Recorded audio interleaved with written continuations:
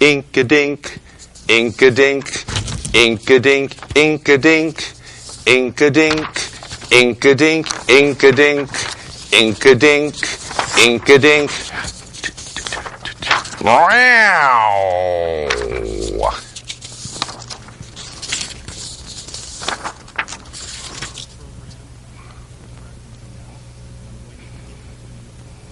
Okay, it took a couple minutes to get dressed, and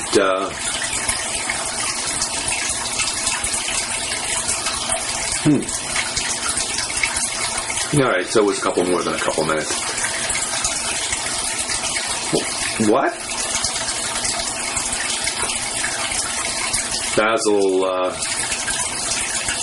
Basil sort of shaking his head. What's it, because this dude's behind you? Scratching you?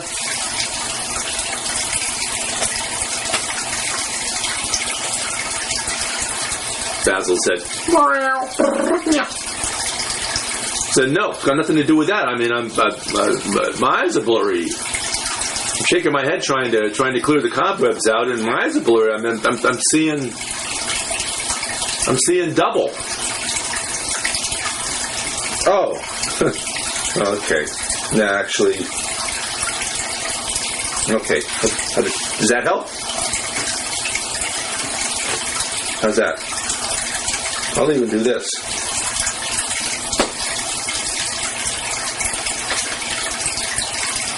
Said.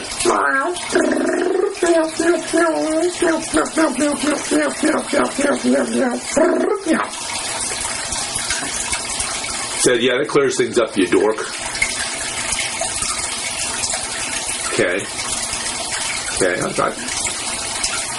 I am a dork, and you're a dork too.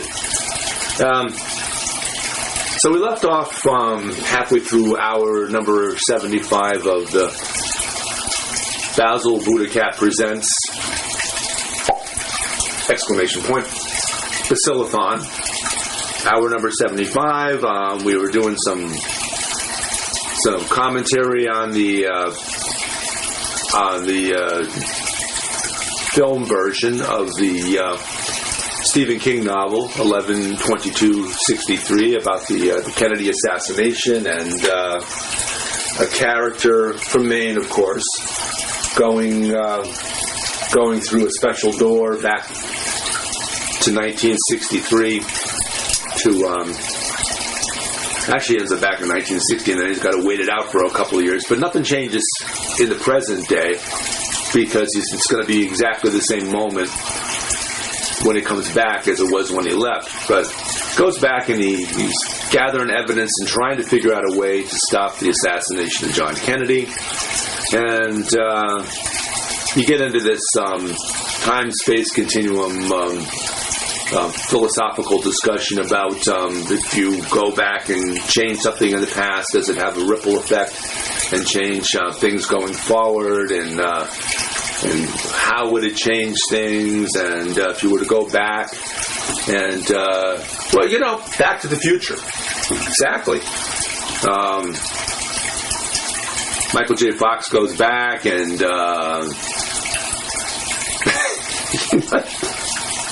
Basil said,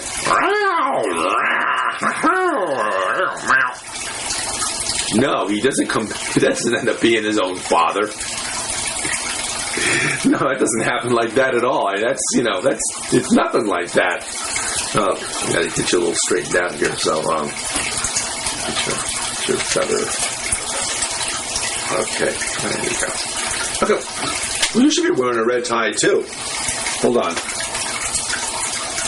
Oh, no, you've got your Basil tie on. Okay,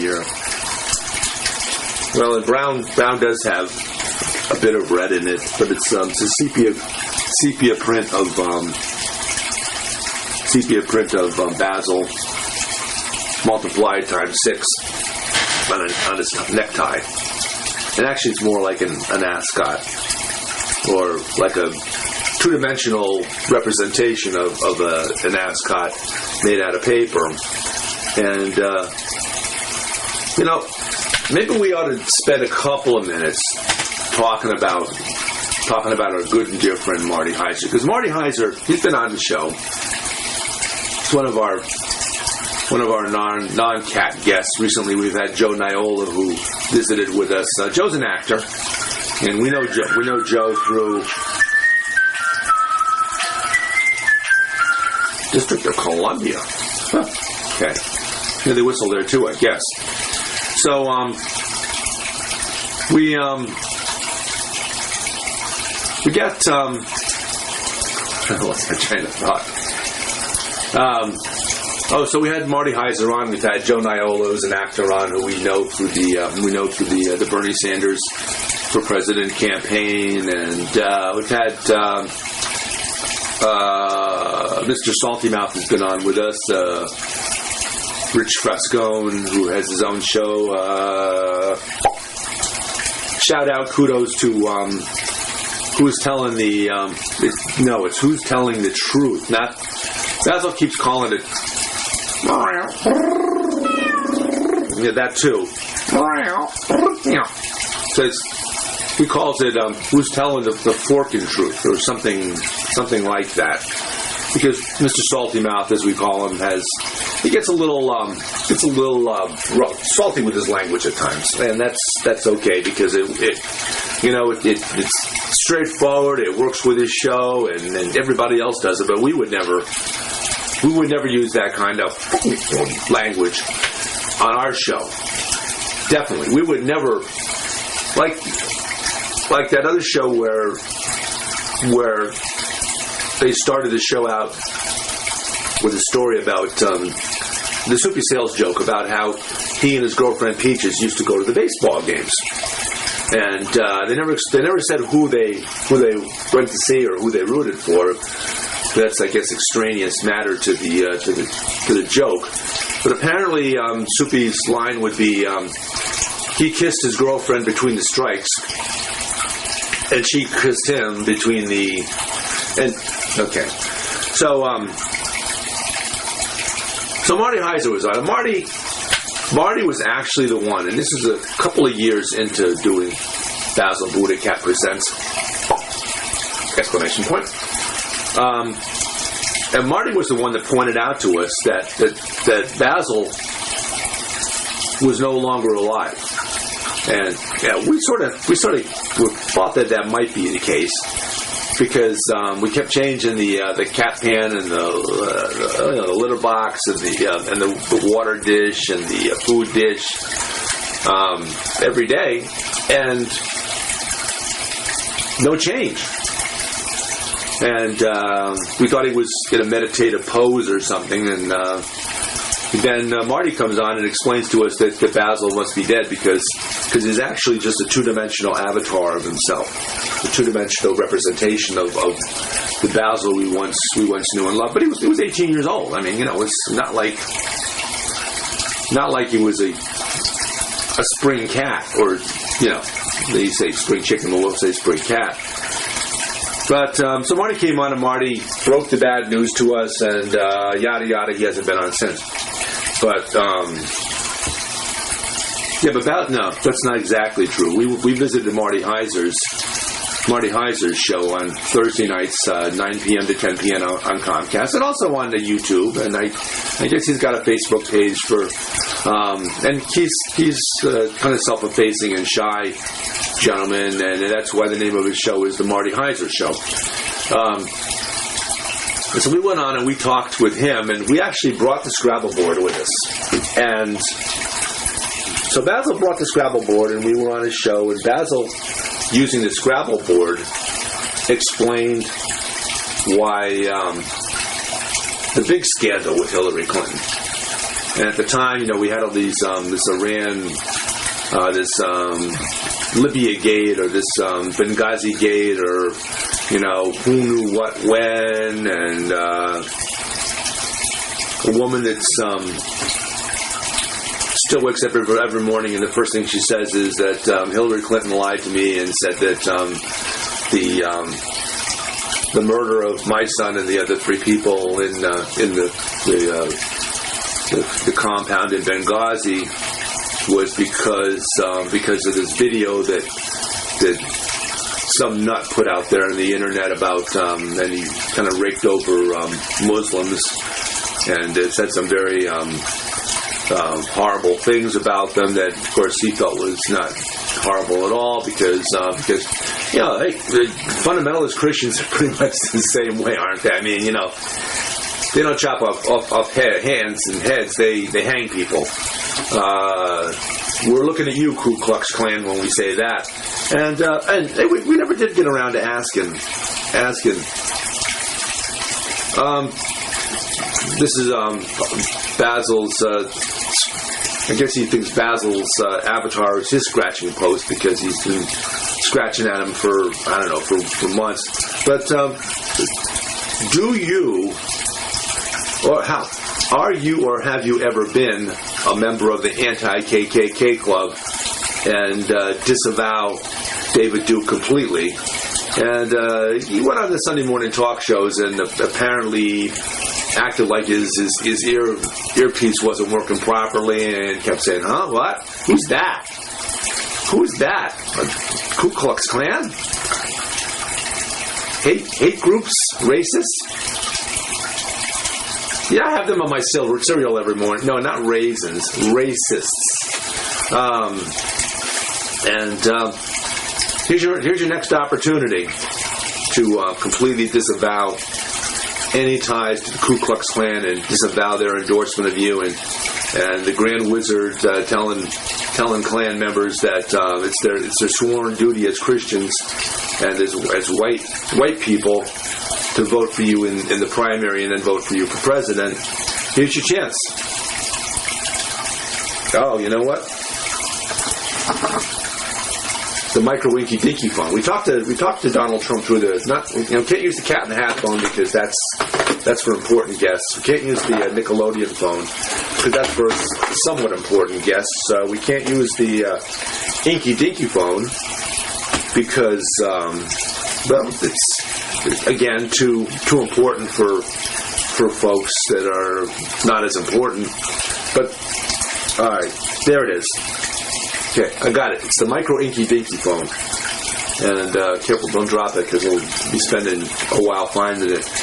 So Donald Trump, your opportunity to completely disavow people who support you and say that they should vote for you because it's important to the white race.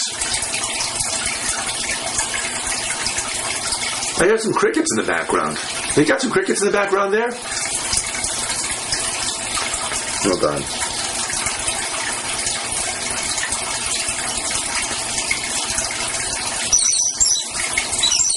No, that's mouse. That's a mice. That's mouse. A mouse translator.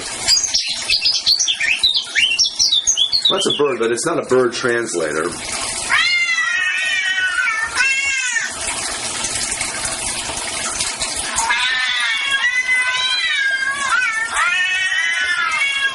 That's Donald Trump's 12 cats who were all named Whitey. So, okay, here you go. Drum roll, maestro. His answer is, huh? Okay. I guess we have a bad connection. Put the phone down in the spot where I can find it again one day if we need it. And we will, because we get a lot of call-ins from well, we had some of the Republican candidates for president on this time, and we took calls from them. We had Dr. Ben Carson, and we had to really try to turn the volume up a little bit, and it still didn't seem to help much. We had his cat whisper actually got the inky dinky phone, and occasionally we actually bumped him up to the Nickelodeon phone.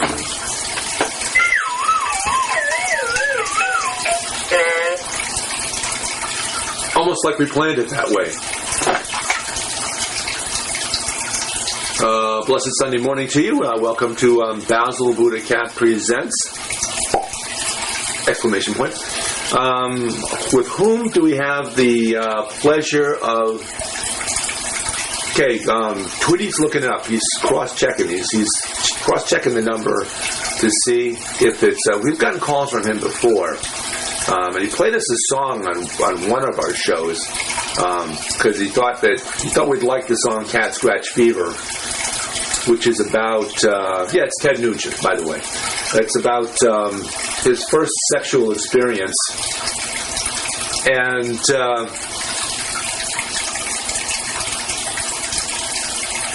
at the time, he was... Okay, no. Look, we have to give you a proper introduction so people know, give a little background, because not everybody knows who Ted Nugent is. So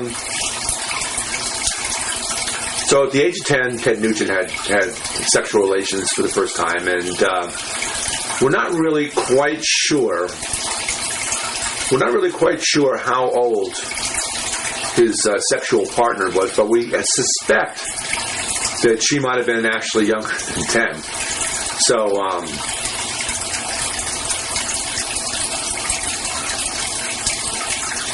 we hear him in the background going, yada da da da da da da da da da da da da da. I guess his fingers are in his ears too. So you gonna weigh in on? Okay, he's done. So are you gonna weigh in on this business with voting for Donald Trump? Said, now do you want to talk about something that's more recent than a song I wrote when I was 25 years old?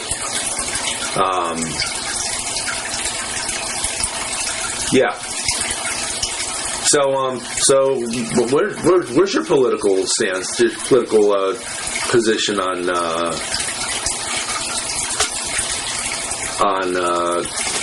the question of voting for Donald Trump? And Basil's just falling all over the place. Said what David Duke said. Okay, I thank you very much for your comment. And what? Tweety's waving his and Snarky's flopping his ears too. So something's going on up there behind the camera. Hold on, Basil. I'll be right back.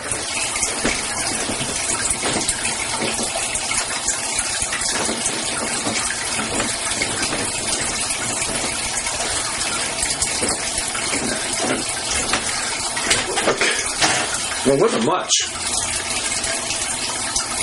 He was saying, okay. He was saying that, okay, a couple of your hairs are... But that's not going to help. They're two-dimensional. Okay, straighten out the feather a little bit. Put the feather the correct way, because Tweety's kind of a fuss budget about us arranging the feathers all properly. Okay. Now these, of course, these are the underlayment feathers. This one's an underlayment feather for a peacock, and it's the ones that hold up the plumage, the stuff that they wave around and shimmy around to attract other peacocks. This one's a quail feather. So,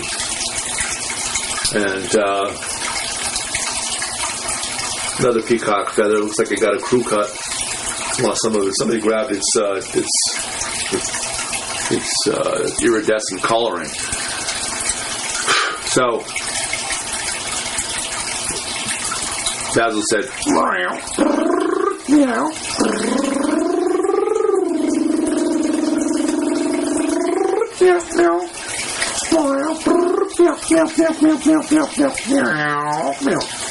said, enough about me. Let's talk about me. You want to talk more about the upcoming Cinco de Abril celebration, and maybe in context with, we're still hoping for the Budweiser account, because Basil did a reach out to Budweiser, because beginning of last couple of years, or 3 or 4 or 10 or 20, Budweiser's in this constant state of tisk tisk tisk about football players that apparently apparently these NFL heroes are occasionally, translate constantly, drinking their product and then beating up their wives, beating up their girlfriends, beating up their kids, beating anybody within hand's reach. You can take that any way you want, I guess. And so we were hoping to get, and we're still working on it. We're still working on getting that account. And the only impediment to us getting the Budweiser account, well, maybe, with Cinco de Abril coming up, maybe we can get the no, that's Columbus Day for Cinzano. I don't know, that other yellowish foamy product that doesn't show up in your cat pan, or maybe it does. We've been hitting on the Mexican beer. So that'd be serious. Actually, he said meow, meow.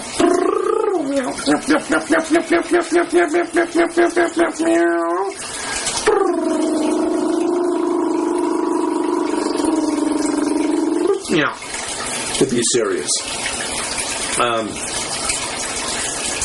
Said we're gonna get some important corporate sponsors, because otherwise, how would we be able to pay our folks here on the show, me, snarky, tweety, scale pay for not only for Bill Murray, Stephen Colbert, and Drew Carey, also known as LFFF, but the fish deserve scale too. They're hey Peyton, we did the Superb Owl show. And of course predicted that the team with a cat for a logo, cat for a mascot, would of course win. And unless we always leave that, or unless the Denver defense did a great job against the Carolina Panthers, and particularly against their quarterback, who could run away from anybody except Denver Bronco linemen, apparently. And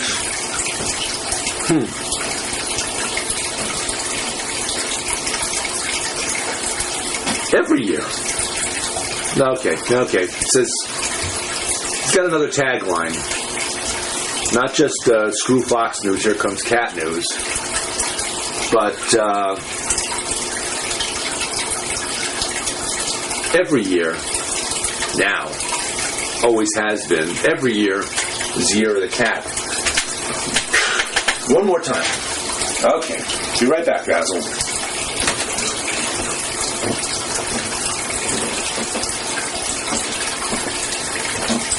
Okay.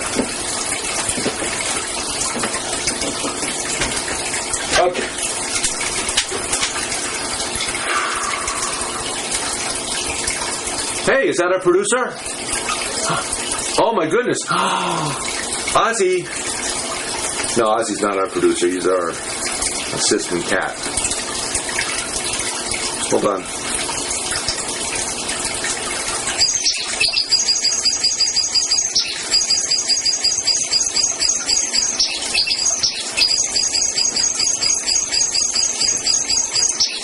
Give Oswald a lift up here. It's not away. That's all right. You can just come up and say hello. I don't feel like getting spare separate now. Okay. Okay. He's off camera. And here's his on-camera stand-in. Because he looks like this. Except for this, he's got a little white spot. He's got a little white spot on the tail, unlike this Oswald Cobblepot. So we're gonna probably break away pretty soon, and not just because we've run out of things to say, but we'll come back and we're probably going to talk more about something near and dear to our camera dog Snarky's heart. Not AARP, but AARF. And give us a little explanation about what American Association of whatever RF stands for. And we'll talk a little bit more upcoming Cinco de Abril, and we'll talk about, maybe we'll even give out another giant lion drop on the Welt Hershey's Kiss Award. And it's been Basil BuddhaCat Presents. I'm David Stevenson, Basil's co-host, interpreter, and chief from Gopher. And quick sign off to Bill Murray and Stephen Colbert and Drew Carey. LFFF. And we'll see you back in a few minutes. Bye.